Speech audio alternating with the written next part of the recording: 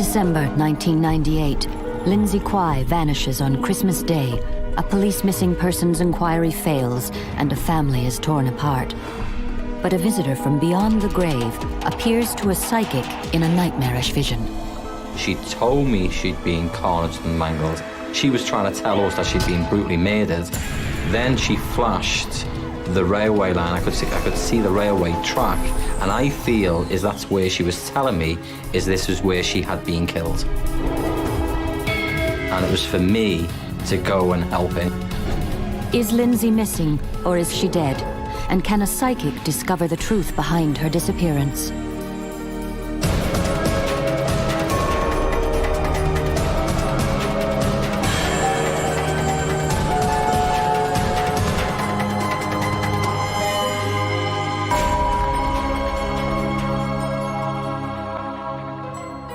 Southport, northwest England, deserted now, but every summer this seaside town attracts millions of visitors. Most come to breathe in the sea air, stretch out on the miles of empty beaches and enjoy the thrills of the roller coaster. But this man is no tourist.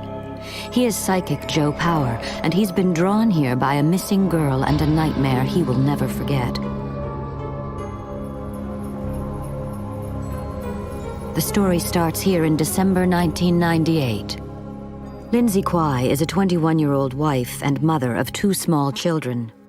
Lynsey was a very kind person, do anything for anybody. Good mother. The Kwais are just an average family preparing for the holidays, but on Christmas Day 1998, their lives change forever when Lynsey mysteriously vanishes. Days turn into weeks, and weeks turn into months, and still nobody hears from Lynsey. Her family begin to suspect that something is very wrong. Well, you know, anyone goes missing in your family, it's just undescribable, the feelings you get. Everyone was worrying, and our brains were going swirling. We weren't sleeping, we weren't eating. It was just a great worry. In February, Southport police take a statement from Lynsey's distraught husband, Mitchell.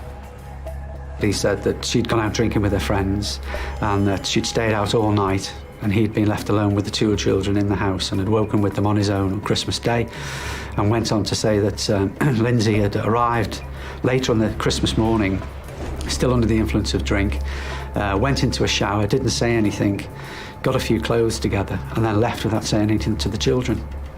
Sometime in the January, he'd seen her in a vehicle with a guy who he didn't know at a junction in Southport somewhere, and he presumed that she'd just started a new life.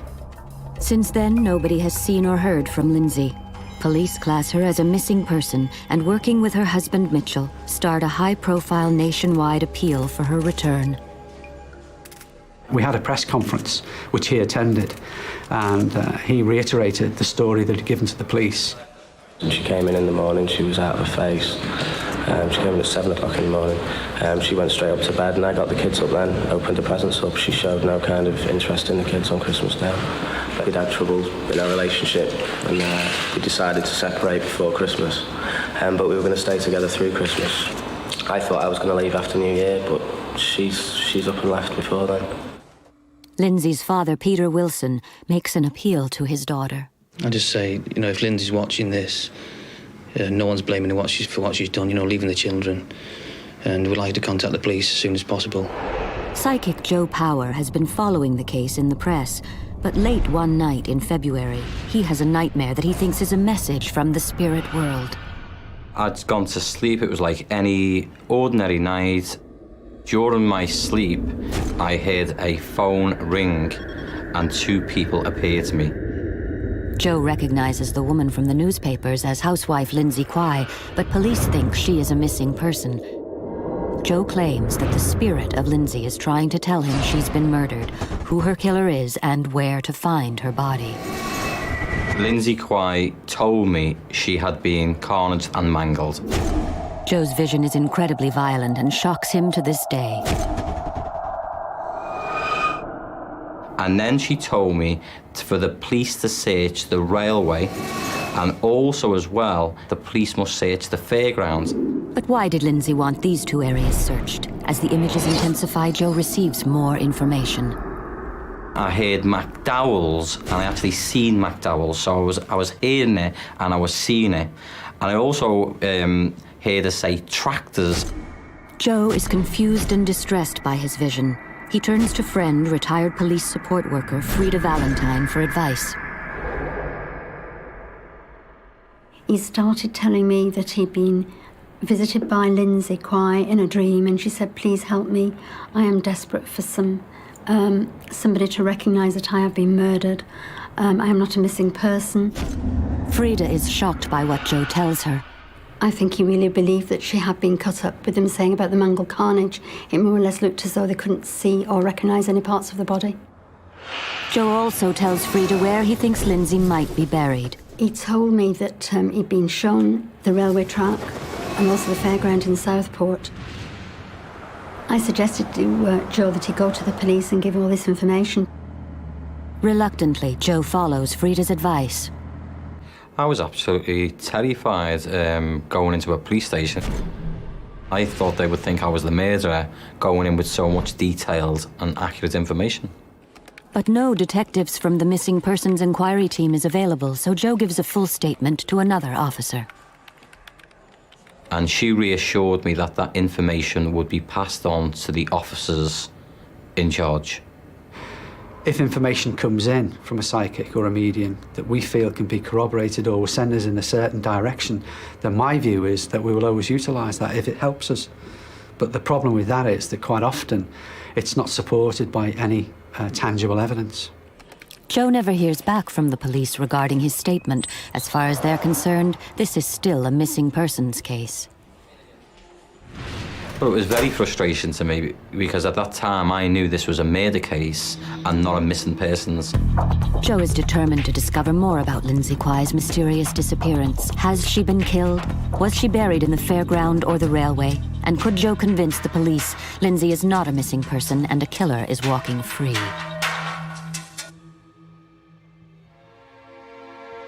A young mother, Lynsey Quay, has gone missing. Police have no clue to her whereabouts. Her husband has appealed for her safe return, but in a terrifying vision, psychic Joe Power sees a woman being killed and dismembered. Is this Lynsey? Should police be hunting a murderer? Joe is determined to find out. I felt I had to investigate this case myself because the police were not listening, and I felt I had a sense of duty to get this young lady's remains found. Joe drives to Southport. He has no map and he doesn't know the area. All he has is his confusing list of locations from Lynsey. The railway, the fairground, McDowell's, and a tractor yard. After hours in the car, Joe is tired and lost. He's convinced his psychic connection to Lynsey has failed until he reaches a certain road completely by chance. It was just around this part here that I heard a voice crystal clear, and a sudden noise shouted, "Stop!" And I turned to the right, pulled up the car, and for no apparent reason at all is that the car horn started to go off. I got out of the car, pulled the bonnet, eventually it went off. And I got back in the car and I decided, with the car horn going off, that I'd get away from the area because of the neighbours and the sound, and I felt really quite frightened at that stage. And I drove around on the next street. But just before I'd actually got to the bottom of the road, there was a place called McDowell's that was on the left-hand side, and on the right-hand side was another place full of tractors. That's when it all sunk into me that this is where she had actually sent me. Both the tractor yard and McDowell's are on Stamford Road, the very road where Lynsey lived with husband Mitchell and her 2 children. Joe is now convinced that the woman who appeared to him was Lynsey Quay. But why is she drawing him here? After I left the area, I felt shocked, I felt disturbed, but I also felt, it's strange to say this, is reassurance in the images that I had actually received. Once again, Joe decides to contact the police. This time, he writes a letter to the head of the missing person investigation, Bob Marsden. I wrote to Bob Marsden and told him that I was no ordinary person. I was doing this because this young lady had appeared to me, and this case needs to be looked at in more detail. Joe receives this receipt for his letter, but the police do not call. I believe Joe was getting very, very frustrated because he'd informed all the police, and yet they still believed that she was actually missing. Sometime after Joe's letter arrived at Southport Police Headquarters, a review of the missing persons inquiry is ordered. Detective Superintendent Jeff Sloan is brought in to re-examine all the evidence. Immediately, his instincts as a police officer tell him something is not right. There was a lot of circumstantial evidence which tended towards the fact that Lynsey was not alive. We couldn't establish any proof of life. Lynsey hasn't used her bank account since before Christmas. She hasn't applied for income support or housing benefit. Vital medical appointments have been missed, and she has had no contact with her family, not the actions of either a runaway or a loving mother. When I read through the documents and I read through the lifestyle and some of the issues that emanated from that missing from home inquiry, I formed the opinion quite quickly that this actually should be a murder inquiry. I felt that Lynsey had been murdered. Joe Power is no longer alone in his belief that Lynsey has been killed. It's very frustrating, you know, knowing that this young lady had been cornered to the mangles and you have to sit there and wait for her to be found. Detective Superintendent Jeff Sloan is placed in charge of the new murder inquiry, but this isn't going to be an easy case to crack. It's very frustrating not to have a body because when you have a body, that's where your lines of inquiry start to develop. All we had was 22 Stamford Road, which was Lynsey's home address, where she'd lived with Mitchell. Well, the very first thing that we do is to go back and fully search the house again, the gardens and the area immediately surrounding the house. Using the house as their starting point, the police begin one of the largest searches ever conducted in mainland England. And we actually used officers from the Royal Air Force, the JARIC, which is a reconnaissance organisation, who flew over and could detect any recently disturbed ground. And if they highlighted any areas, then we would send a specialist search team to go and excavate. It's an agonizing time for Lynsey's family. We're by the phone 24/7, and sometimes we get false information where bones had been found at one time, and we were given the information, then we found out it was a pig, a dead pig. And then when you heard about a body being found and this, that and the other, one was found in the River Ribble, I think, you wondered if that was Lynsey. It's never ending. But the police failed to find any evidence of Lynsey. I was concerned that we hadn't found a body, and I was at a loss as to where we would look to next, and took the decision that we wouldn't undertake any more searches or digging until it was based on intelligence that we had through. But it was frustrating for me. The police are forced to suspend all searches, but Lynsey's parents refuse to give up hope. They spend every waking moment looking for their daughter. Well, we searched in canals, rivers, we got stung by bees, hornets, you name it. But, I used to be up to my neck sometimes in freezing cold water. But we couldn't stop. It was just our way of contributing towards finding Lynsey. With the police search on hold and no new information coming forward, it looks as if Lynsey's body may never be found and the case remain unsolved. But Psychic Joe Power believes this is something the spirit world would never allow. Joe thinks Lynsey's spirit is unable to rest, as once again she appears to him with a message from beyond the grave. The second time Lynsey appeared to me was at my home address, and she came to me and told me that the police were not listening to the information that I had previously provided to them. Joe's first vision led him to Lynsey's house. Now he returns to Southport to search the fairground and railway track. He has a feeling that these areas are in some way connected to her disappearance. He starts at the railway track. Joe doesn't know what he should be looking for. He's hoping his psychic powers will be his guide. When I walked along this particular part of the railway line. My hair stood up on my hand and I heard a voice, I believe that was Lynsey, telling me is that she was in this location. But if Lynsey is buried at the railway, why does Joe want the police to search the fairground as well? It was quite clear to me is that this young lady's remains were in two separate locations. But Joe Power fails to find any evidence that Lynsey is in this location. For Detective Superintendent Sloan, the case is equally baffling, with no new leads coming in. He decides to re-examine the original witness testimonies. He wants to build a picture of Lynsey's last known movements. We believe Lynsey had been shopping on the 15th of December and had actually made a call to the benefits agency, and she made an inquiry about a missing cheque, which should have been issued in the November.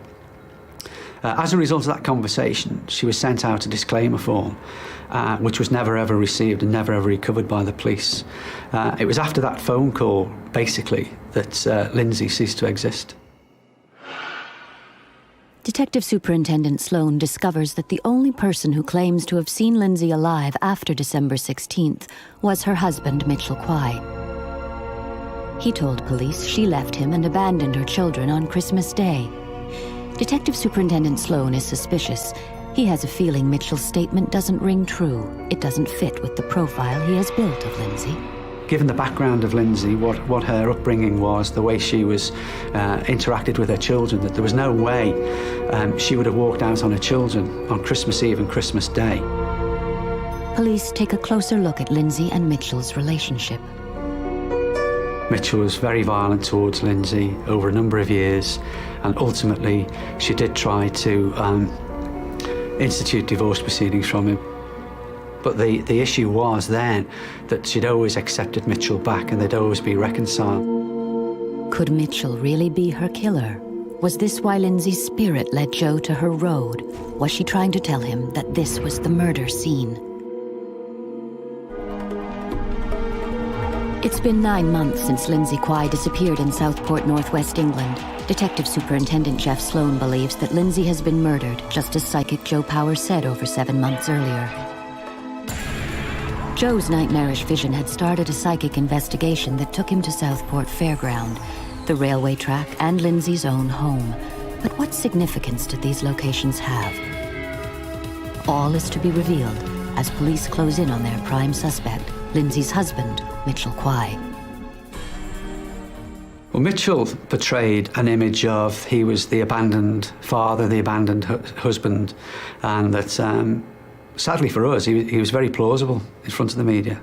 He was very confident, overconfident sometimes. He seemed to be reaching out to the community, and a lot of people seemed to be believing him and formed the opinion that perhaps the police were just picking him out because he seemed the obvious candidate for a suspect. In June 2000, Detective Superintendent Jeff Sloan trusts his instincts and arrests Mitchell Quay on suspicion of murdering his 21-year-old wife, Lynsey. Well, Mitchell was an egotist, and I actually felt that he formed the opinion that he could get away with this because of the time element and the fact that the media had shown such an interest in him, and various members of the community were sympathetic to him. But despite hours of questioning, Mitchell refuses to crack. Detective Superintendent Sloan is convinced that he has his man, but he doesn't have enough evidence to press charges. It looks like Mitchell is about to walk. Basically stuck to his story, but when we listened to the interviews, his responses and his replies, I got from the psychologist that we were starting really to get to him and he was becoming quite low and down in this. And I think the telling point came when I gave instructions within his hearing that his father was to be charged and so was his brother. Phone records show that at key points in the investigation, Mitchell made an unusually large number of calls to his brother Elliot and his father. This was totally out of character, and Detective Superintendent Sloan thought it pointed to their involvement. The arrest of Elliot and the subsequent arrest of Mitchell's father had quite a pronounced impact on Mitchell, because I think he felt that he'd actually succeeded in convincing members of the public, the press, and to a certain degree the police, that he was right and that Lynsey had just disappeared. He thought it would go away. And I got the impression that when he realised that we did mean business and that they too had been arrested, that reality started to creep in, and the realisation was that he wasn't going to get away with it. I made the decision that I was going to charge Mitchell with murder. And within a very, very short space of time, I was contacted on my mobile to tell me that Mitchell had actually admitted that he had in fact killed Lynsey.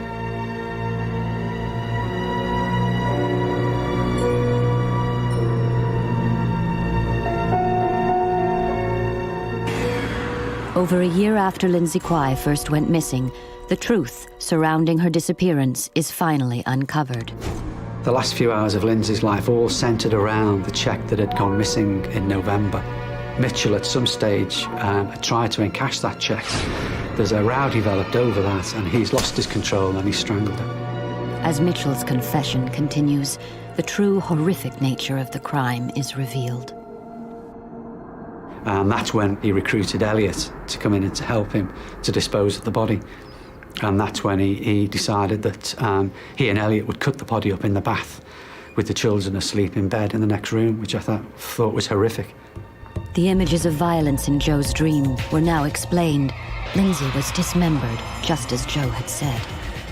And the scene of the crime? Lynsey's house on Stamford Road, the very place Joe had been led to 12 months earlier. How did he know these facts? I knew 100% I'd been right all the time. It was a very emotional case and a very upsetting case. Mitchell Quay leads police officers to the locations where he buried his wife's remains. Lynsey's torso was found near to the Pleasureland theme park at Southport, behind a go-kart racing track where Mitchell used to work. We found Lynsey's legs on the railway embankment, which was near to one of the first places they resided together. Joe had asked for these locations to be searched over 12 months earlier. I knew straight away. It didn't come as a surprise for me. What you've got to remember is how powerful these images, what she had shown to me. She'd already shown me the fairground. She'd shown me the railway. But unfortunately for Joe, at that time he was working alone. He never did receive the call to help the police. But Joe believes there is one person who recognizes the part he played in this case. Lynsey briefly appeared to me after her remains were actually found, and I heard her say thank you, and there was no more contact from this young lady. On January 16th, 2001, Mitchell Quay is sentenced. Mitchell was sentenced to a mandatory life term of imprisonment with a tariff of 18 years because of the severity of the way he disposed of his wife, Lynsey. Elliot Quay receives 7 years for his part in the gruesome murder. Mitchell's father is released without charge. This case was extremely difficult to crack, not least because of the way that she was murdered, the way she was disposed of, and the way that he behaved after the murder, actually actively seeking the press and seeking public opinion on his side and sympathy.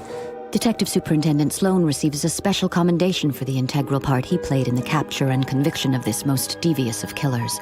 Joe Power's personal investigation is as yet unrecognized. When the killers were caught, I was very satisfied that I'd done my job.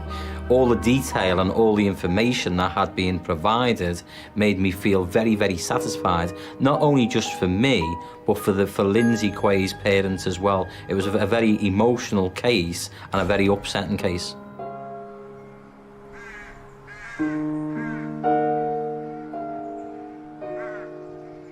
To lose Lynsey that way has affected everybody, the whole family, me included. Never going to be the same again. Still suffering now. We'll just be suffering until the day we die. Peter, my eldest son, hung himself in the loft at my house. Could never get over the fact of what they did to Lynsey after they'd murdered her. That's what led to his suicide. 2 years after her vicious murder, Lynsey is finally able to rest in peace. But she leaves behind a family torn apart by tragedy.